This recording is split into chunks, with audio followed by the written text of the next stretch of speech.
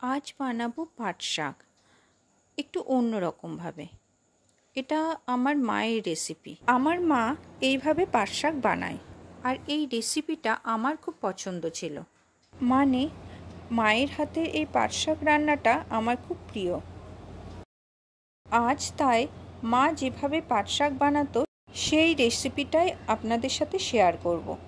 এই রান্নাটার জন্য এক আঁটি পাট শাক নিয়ে নিয়েছি।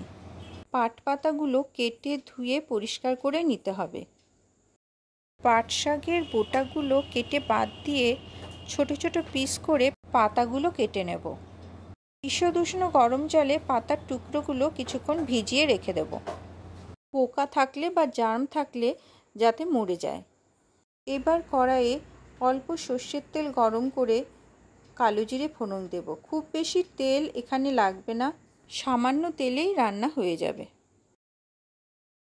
আর দেব রসুন কুচি। সবশেষে ফোড়নে দেব দুটো শুকনো লঙ্কা। এবার সব কিছু ফোড়ন একসাথে ভালো করে একটু ভেজে নেব। লাল করে ভাজা হলে আর সুন্দর ভাজার গন্ধ বেরোলে পেঁয়াজ কুচি ছেড়ে দেবো এর মধ্যে। অল্প নুন দিয়ে নেব। এবার পেঁয়াজটা একটু ভাজা ভাজা করব। খুব বেশি নুন দেওয়া যাবে না এখন। রান্নার শেষে আবার দরকার হলে স্বাদ মতো নুন দিয়ে নেব। পেঁয়াজ কুচি লাল করে ভাজা হয়ে গেলে জল ঝরিয়ে রাখা পাট পাতাগুলো কড়াইয়ের মধ্যে দিয়ে দেব। এবার নাড়াচাড়া করে সব কিছু একসাথে ভালো করে মিশিয়ে নিয়ে ঢাকা দিয়ে কিছুক্ষণ পাট পাতা রান্না হতে রেখে দেব। এবার কিছুক্ষণ পরে ঢাকনা খুলে দেখে নিতে হবে পাট পাতাটা কতটা রান্না হয়েছে।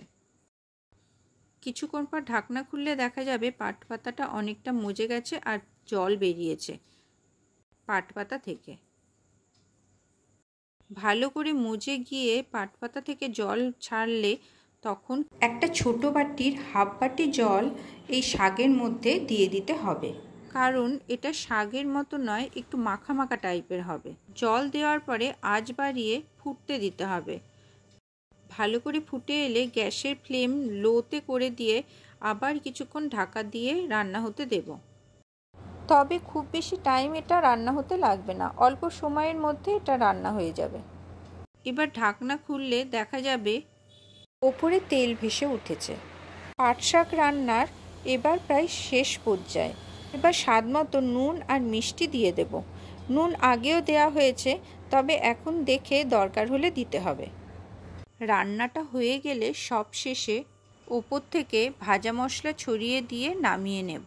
গরম ভাতের সাথে এই পাট শাকের ঝোল অসাধারণ সুন্দর একটা টেস্ট পাওয়া যায়।